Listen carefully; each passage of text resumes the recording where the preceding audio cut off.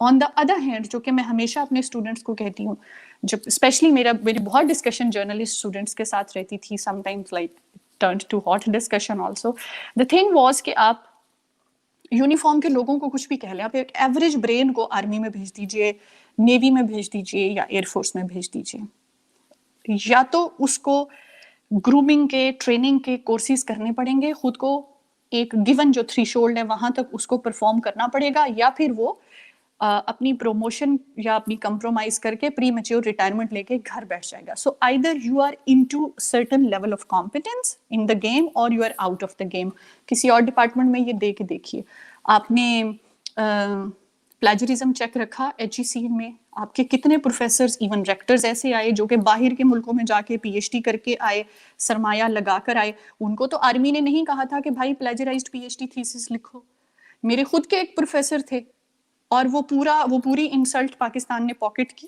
ایک سیکنڈ کچھ ہمارا, کیونکہ ہمارا بڑا ڈائیورس ویورشپ ہے, ابھی جو لفظ استعمال کیا نا آپ نے, وہ بھی ذرا وضاحت کر دیجئے کہ یہ کیا ہوتا ہے. جی, کہ بھئی پی ایچ ڈی کر کے آئے, انہوں نے جو کیا وہ کیا تھا, وہ آپ نے انگریزی کا لفظ استعمال کیا. I don't want to repeat that. آپ بتائیے, اردو میں ایکسپلین کیجئے کہ وہ کیا آپ نے کہا تھا. جی, پلیجرزم یہ ہوتا ہے کہ آپ نے کسی کی ہوئی ریسرچ کو یا کسی کے کانسیپٹ کو اپنے نام سے چھاپ دیا.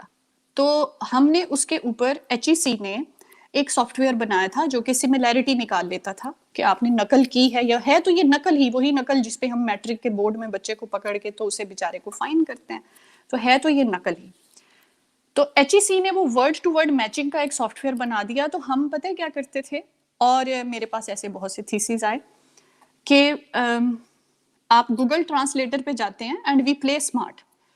یہ ہمارا نا آئی ڈونٹ نو, یہ کچھ نیشنل بیہیویئر ایسا ہے. تو ہم گوگل پہ جاتے ہیں, ہم اس کو انگلش سے, یوکرینین سے, رشین سے, پتہ نہیں کتنی لینگویجز میں ری ٹرانسلیٹ کر کے پورا وہ ڈاکیومنٹ واپس جب انگلش میں لاتے ہیں تو اس کے الفاظ اور ترتیب بدل چکی ہوتی ہے. پھر ہم کسی کو مارکیٹ میں لانچ کرتے ہیں, وہ ہائر کرتے ہیں. پاکستان میں فری لانسنگ زیادہ تر یہی ہے کہ آپ نے نقل کیے ہوئے ڈاکیومنٹ کو ایسا کر کے دکھانا ہے کہ سافٹ ویئر میں وہ نقل دکھے نہیں, الفاظ بدل جائیں گے, لیکن جو کانسیپٹ کسی فار ایگزامپل ڈنمارک میں بیٹھے بندے کا ہے, آپ نے وہی ریڈنگز پاکستان پہ لگا دی اور آپ کبھی مارکیٹ میں, آپ کبھی نکلے ہی نہیں فیلڈ میں ریسرچ کرنے کے لیے, تو کیا یہ چیٹنگ نہیں ہے؟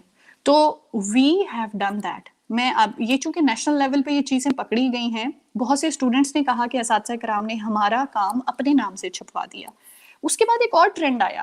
اب یہ دیکھیں, ہم جینون کام نہیں کرتے ایز اے نیشن. میں اپنی فیلڈ کی اس لیے بات کر رہی ہوں کیونکہ اس فیلڈ کے میں نے 2 لوگوں کے ساتھ کام کیا ہے بہت کلوزلی. میں نے پاکستان کی اکیڈیمیا کے ساتھ بہت کلوزلی کام کیا ہے. میں نے پاکستان کے ملٹریز کے جو لوگ ہیں ان کے ساتھ 6 سال بہت کلوزلی کام کیا. تو میں ان دونوں کو جب کمپیئر کرتی ہوں تو مجھے لگتا ہے ٹریننگ اینڈ ایفیشنسی. اب ایک ملٹری کا بندہ میرے پاس تھیسس کرنے آتا تھا تو وہ کہتا تھا ریسرچ بتائیے اور مجھے سمجھائیے. میرا ملٹری کا اسٹوڈنٹ سب سے زیادہ وقت لیتا تھا. وہ اپنے آفس سے اٹھ کر آتا تھا اور وہ پھر بھی سمجھنے کی کوشش کرتا تھا. کیوں؟ اس لیے نہیں کہ وہ کسی اور قوم سے خلائی مخلوق اترا ہوا تھا, اس لیے کہ اس کی ٹریننگ یہ تھی کہ تم جینون کام نہیں کرو گے تو وہ ایک سب کانشیس ہوتا ہے کہ پھر تمہارا بیج جائے گا. تو وہ کوشش کرتا تھا کہ وہ جینون کام کرے چاہے اس کا وقت لگ جائے. لیکن پاکستانی کہتا تھا کہ یہ کاپی پیسٹڈ ہے, اس کا کچھ بنا دیں, شارٹ کٹ. اچھا, شارٹ کٹ لانگ پڑ جاتا تھا, دماغ میں شارٹ ہی ہوتا تھا. 70,000 ورڈز کاپی پیسٹڈ ہے, اس میں سے 4,000 ورڈز نکالنے ہیں. نرگس صاحبہ, آپ نے بہت اچھا ایک طرح سے انکشاف ہی ہوا میرے لیے بھی اور ہمارے ویورز کے لیے بھی, جو ابھی اس ایسپیکٹ کیا آپ نے, کیونکہ آج کا ہمارا ٹاپک جو موجودہ انٹرنیشنل سینیریو ہے, اور آپ کے پاس ایز اے کمپلیمنٹ اتنا خزانہ ہے, اتنا آپ بول سکتی ہیں. لیکن وی آر لکی کہ آپ رہیں گی تھوڑے عرصہ یہاں پر ہوں گی, تو انشاءاللہ ہم آپ کو آئندہ بھی انوائٹ کریں گے مختلف ٹاپکس کے لیے. لیکن وائنڈ اپ کرنے سے پہلے ایک سوال ہے, اس کا جواب میں ضرور چاہوں گا تاکہ ہم آج کا جو سیشن ہے ہمارا اس پہ آپ فل ان کر سکیں. وہ یہ ہے کہ جو بھی 3-4 دن میں ہم دیکھ رہے ہیں سعودیہ اور ابو ظہبی, مطلب یو اے گورنمنٹ کے حوالے سے, اور چائنا اور انڈیا کے حوالے سے, تو کیا یہ چیزیں ٹریگر نہیں کریں گی؟ کیونکہ اکنامکلی ہم ولنریبل ہیں, ویک ہیں, جیسے آپ نے شروع میں فرمایا کہ every thing is driven by economic interest and market. تو کیا ہمارے 22 کروڑ لوگ ولنریبل نہیں ہوں گے کہ پراکسی وار نہ شروع ہو جائے پاکستان کے اندر؟